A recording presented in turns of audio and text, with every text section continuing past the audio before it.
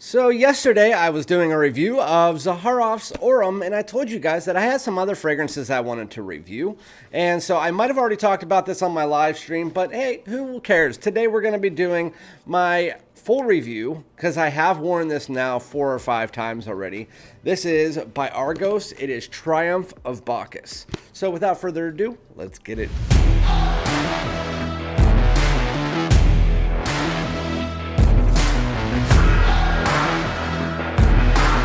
What's good, my great smelling dudes? Thank you guys so much for joining me again for yet another full review of a very nice indie fragrance.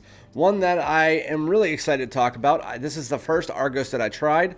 I've always wanted to try this, Danae, and Adonis Awakens. I know they had some new ones. I talked to the owner, Christian, and I am going to be getting together with their company sometime in January to see about trying the other ones. But with that said, I did a trade with one of my subscribers, so now I'm able to try this out. We have a full bottle, 3.4 ounce of Argos Triumph of Bacchus. My cap got stuck on there. I forgot to glue it in. But with that said, the box itself looks like this. From what I looked up is that there is a painting called Triumph of Bacchus. There's a whole storyline behind it, and that's what the painting is wrapped around here. Whenever you search up Triumph of Bacchus, the painting is the first thing that comes up. It comes in this box that has a magnetic strip on the side. Very nice. And then there's the whole story right there. It tells you all the notes, so I will give you the note breakdown since it's here in front of me. But the top notes of Triumph of Bacchus are saffron, white peach, green apple, and rum notes. The heart notes are patchouli, jasmine, tonka bean, and vetiver. The base notes are tobacco, amber, sandalwood, and vanilla, and musk. So now we're going to talk about the fragrance. So again, this is the bottle. Very hefty. It says Argos underneath there. It has Triumph of Bacchus written really nicely on this little gold patch. And then underneath it just has information about 100 milliliters, 3.4 ounce, and it's an eau de parfum.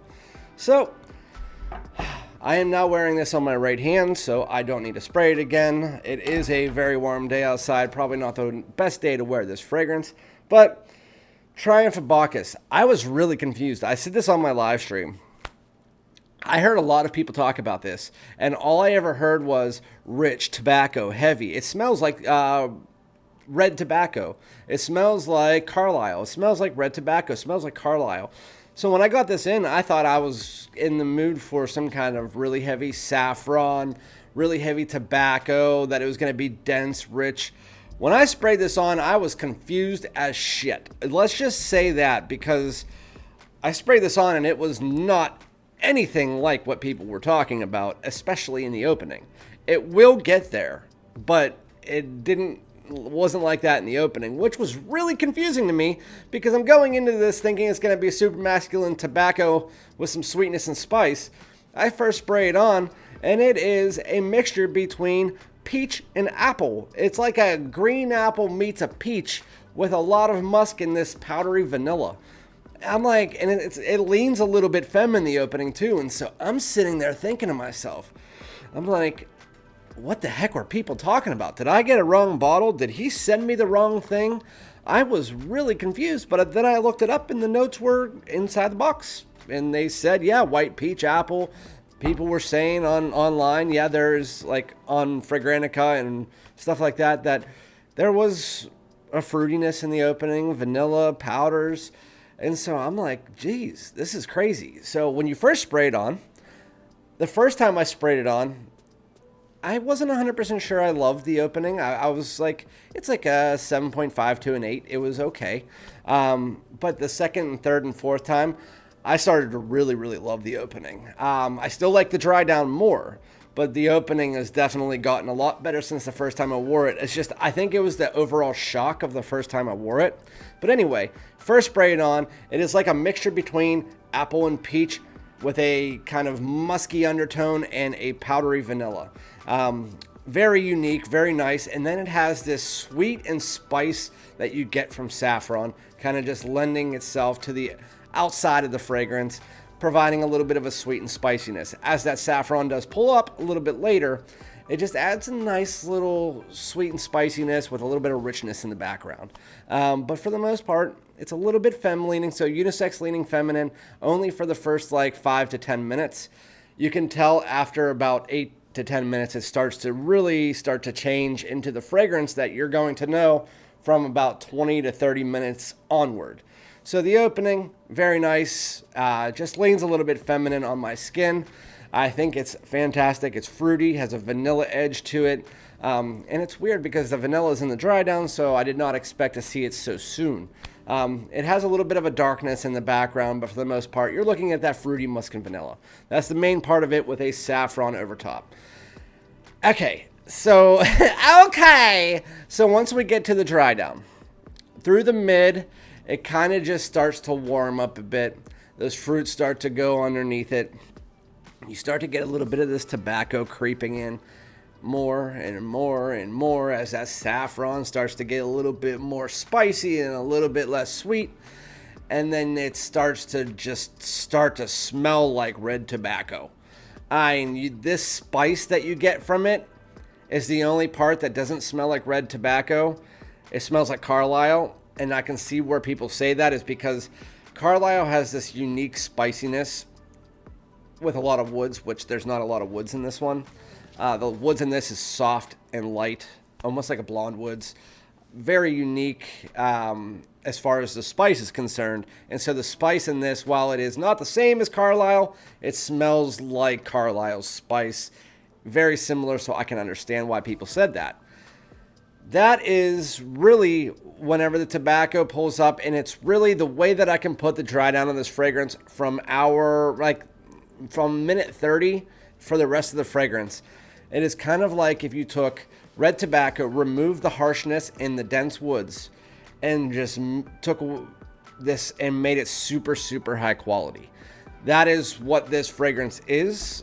Triumph of Bacchus is a really high quality, less woody version of red tobacco with that spice from Carlisle, and then like a little bit of its own thing from that opening.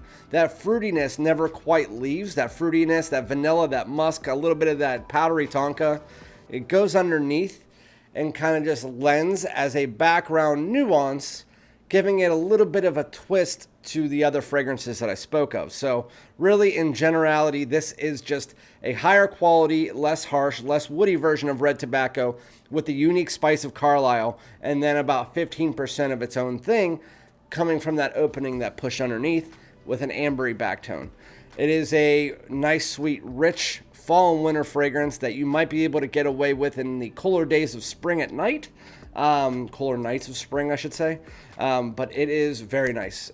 I was really not expecting that opening. As far as the performance on this, it's actually quite nice. So on my skin, I got 8+ hours, but it did the second and third time. It did get off my skin in the cooler weather. When it got really cold outside, it was leaning off my skin at 10+ hours. So the fourth time, which was today, I'm at about 6 hours. And it's still pretty nice. So for the first hour, it's above average, pushes about 6 feet away. The sillage is where it's really killing at. It's about 6 to 7 feet behind me. My wife really likes this fragrance, so I was shocked by that because he traded this with me because he didn't like it. So I was kind of getting nervous. I've heard either I love this fragrance, it's one of my favorites, or it's not one of my favorites. I don't really like it. So as far as situational, the opening is a little bit situational, but once you get to the dry down, it's not as situational as I expected. The opening's a bit femme, but once you get to the dry down, it's a bit more masculine. While this is a unisex fragrance through and through, I feel it leans a bit more masculine in the dry down and a bit more feminine in the opening. Overall, I give this fragrance an 8.5. I think that it is a fantastic, high-quality tobacco fragrance with a very unique opening that I wasn't expecting. If that opening didn't play a part in it, and the whole fragrance was kind of like that dry down, then it might be a little bit higher, like an 8.7 or an 8.8. But I would give this an 8.5 just because that opening, while it's still pretty good, I still think it's an above average opening. The dry down is really where it's at for me, and it takes about 30 minutes to get there. So Triumph of Bacchus, definite winner.